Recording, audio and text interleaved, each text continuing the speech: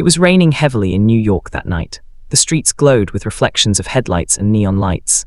Inside a black luxury car parked beside a hospital, a man in an expensive suit sat motionless, staring blankly at the rain trickling down his window. That man was Ethan Gray, one of the youngest billionaires in America, a man who had everything money could buy except peace.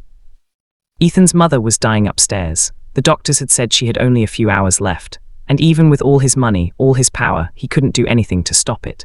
For the first time in years, the powerful CEO felt like a child again, helpless, broken, and alone. He didn't want anyone to see him like that, but fate had other plans. As Ethan stepped out into the rain, he noticed a young girl sitting outside the hospital under a broken umbrella. She couldn't have been older than 20. Her clothes were soaked, and beside her sat a small box of handmade bracelets. A cardboard sign read, $2 each for my brother's medicine. Ethan stopped for a second. Something about her eyes, tired yet full of hope, made him pause. He didn't know why, but he felt drawn to her. "Why are you still here? It's late," he said coldly. The girl looked up and smiled faintly. "Because my brother needs his insulin by morning. If I don't sell enough tonight, he might not make it." Her voice trembled, but she didn't ask for pity. She spoke with quiet strength. Ethan looked at her for a moment, then did something impulsive. He pulled out a stack of bills, $1,000, and handed it to her. "Here, $1,000, he said softly. "Just hold my hand for a while." The girl froze. "What?" "I just don't want to feel alone tonight," he whispered, his voice breaking. She hesitated, but then reached out her trembling hand and held his. Rain dripped from their fingers as they sat quietly on the hospital bench, strangers bound by pain neither could explain. Her name was Lily. Over the next few weeks, Ethan found himself coming back to that same hospital bench. His mother eventually passed away, and Lily was the only person who didn't talk about money, business, or status. She simply listened. She told him about her life, how she dropped out of school to care for her younger brother, how she worked double shifts and sold handmade crafts on the street to survive. She laughed easily, even when her life was hard. And somehow, Ethan found peace in her laughter. He began helping her quietly, paying for her brother's medical bills, buying her food, even finding her a small apartment. But Lily never asked for anything. She always said, "You can't fix people with money, Ethan. Sometimes they just need someone to believe in them." Those words struck him deeper than any business advice he'd ever heard. Months passed. Ethan offered Lily a job at his company, a small position in the HR department.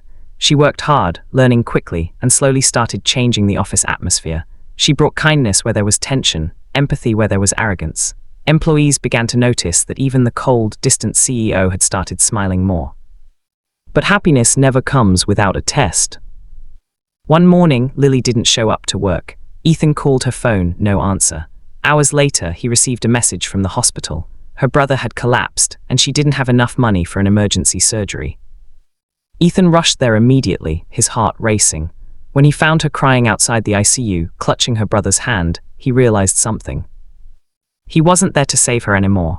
He needed her to save him from his own loneliness, from his cold, empty world.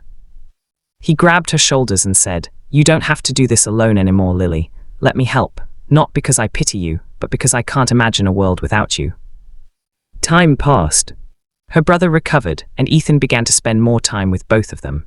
For the first time in years, his mansion wasn't silent anymore. There was laughter in the halls, warmth in the kitchen, and something he hadn't felt in a long time, family. Eventually, he confessed his feelings to Lily, but she hesitated. "You're a billionaire, Ethan. I'm just a street girl who sold bracelets. The world won't understand." Ethan smiled. "The world doesn't need to.